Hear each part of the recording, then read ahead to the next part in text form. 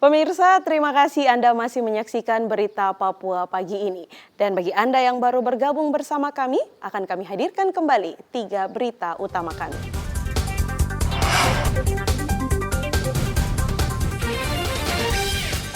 Kecewa karena tempat pemungutan suara dipindahkan sepihak, sekelompok warga di distrik Bayabiru, Kabupaten Paniai, membakar kantor kecamatan.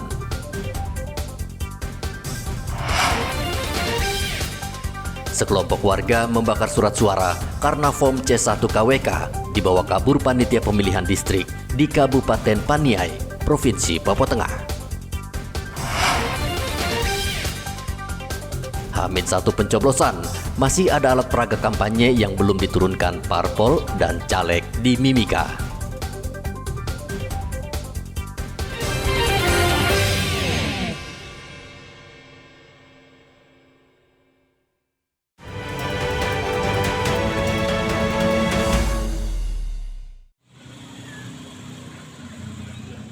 Hingga Selasa kemarin masih ada alat peraga kampanye yang terpasang di sejumlah ruas jalan utama Mimika. Bawaslu Mimika padahal telah menghimbau parpol dan caleg menurunkan APK karena sudah masuk masa tenang. APK yang masih pasang, sebenarnya instruksi ini sudah jalan bahwa peserta pemilu sendiri yang harus diturunkan. Ya, sebelum masuk di masa tenang ini, kalau memang ada yang belum turun, itu segera turunkan. Kalau bisa dari KPU bisa menurat kepada Polsek, kemudian bisa diturunkan. Dengan dasar itu bisa turun. Membantu untuk menurunkan itu. Supaya apa? Semua ini bersih. Tidak boleh apa yang pasang kan kemudian itu bisa jalan. Harus bersihkan.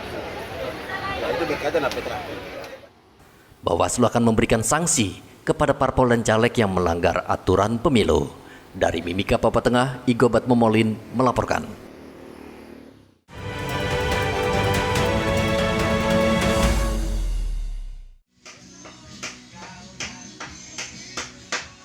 Sejumlah warga dan anggota KPPS mulai membuat TPS di beberapa kawasan di Merauke.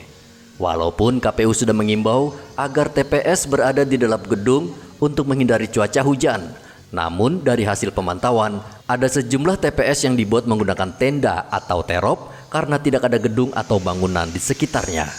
Seperti TPS 12 di Jalan Tidore, Merauke, Kelurahan Seringgu Jaya.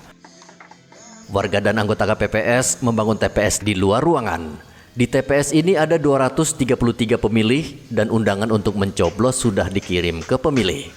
Di sini adalah TPS 12, lokasinya di Jalan Tidore, Kelurahan Seringgu Jaya, Provinsi Papua Selatan. Untuk jumlah DPT yang kami terima dari PPS atau dari kelurahan berjumlah 235 pemilih. Untuk saat ini proses pembagian atau penyampaian undangan kepada para pemilih sementara masih berlangsung dan kita usahakan mudah-mudahan hasilnya maksimal untuk datang memilih di TPS kami pada tanggal 14 di hari Rabu. Nah, ini rampungnya kapan Pak rencana rampung untuk persiapan TPS ini? Untuk rampungnya Pak, rencananya sebentar malam selesai. Sudah rampung ya, berarti tanggal 14 sudah bisa digunakan Pak ya? Siap. Sementara untuk TPS 30 di Kelurahan Kelapa Lima, Merauke juga dibangun dengan tenda atau terop. Di TPS ini terdapat 260 warga yang siap memilih pada hari ini. Muhammad Ridwan melaporkan dari Merauke, Papua Selatan.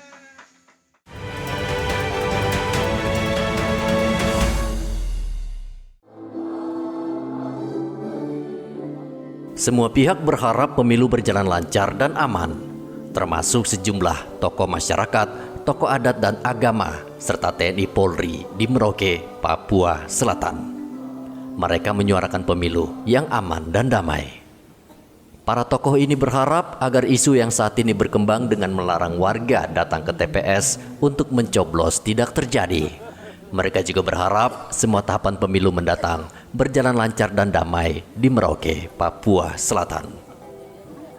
Berjalan dengan sukses. Untuk itu kami mohon Bapak Dendi bisa mengajak Pak Bupati dan juga seluruh Forkopimda dan seluruh tamu undangan sekarang juga biar ada yang tidak kita bergeser sama-sama ke lapangan podium. Sudah ada tempat yang tersiapkan di sana dan juga hidangan. Partisipasi masyarakat itu sangat penting untuk mensukseskan pemilu ini. Kita sudah dari KPU sudah menyelenggarakan sedemikian rupa untuk penyelenggaraan pemilu ini, tapi kalau dengan masyarakat yang tidak hadir itu sama saja, berarti penyelenggaraannya kita anggap kurang berhasil. Makanya kita berupaya dengan cara inilah kita menghadirkan tokoh-tokoh ini untuk bisa berbicara kepada paguyuban masing-masing, pada masyarakat masing-masing, sehingga mengajak mereka untuk hadir sama-sama di tanggal 14 Februari. Catatan kita lengkap, baik di KPU maupun catatan kami di pemerintah.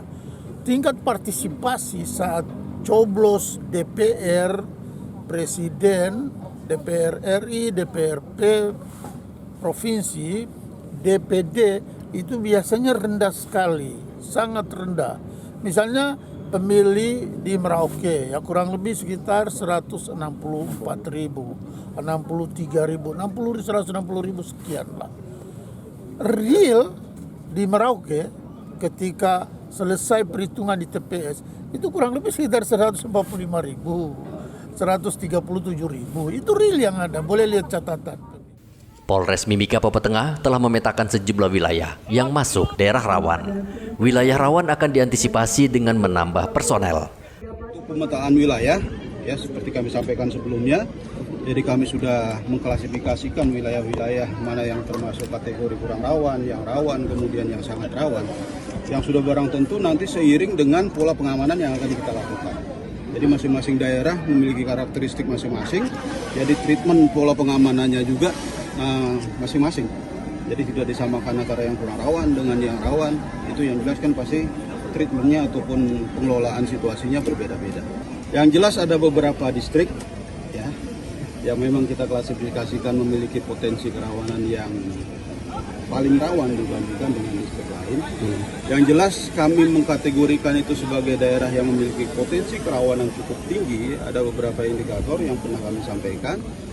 Ya, indikator-indikator itu antara lain berkaitan dengan akses menuju ke lokasi tersebut.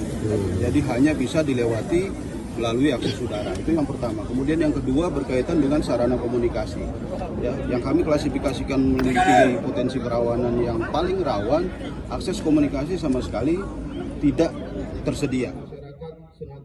Warga diminta membantu polisi agar pencoblosan dan penghitungan berjalan lancar. Muhammad Ridwan dan Igobat Momolin melaporkan dari Merauke dan Mimika. Pemirsa, berita yang baru saja Anda saksikan sekaligus menutup jumpa kita dalam Berita Papua pagi ini. Saya Cynthia Delima bersama kru yang bertugas ucapkan terima kasih.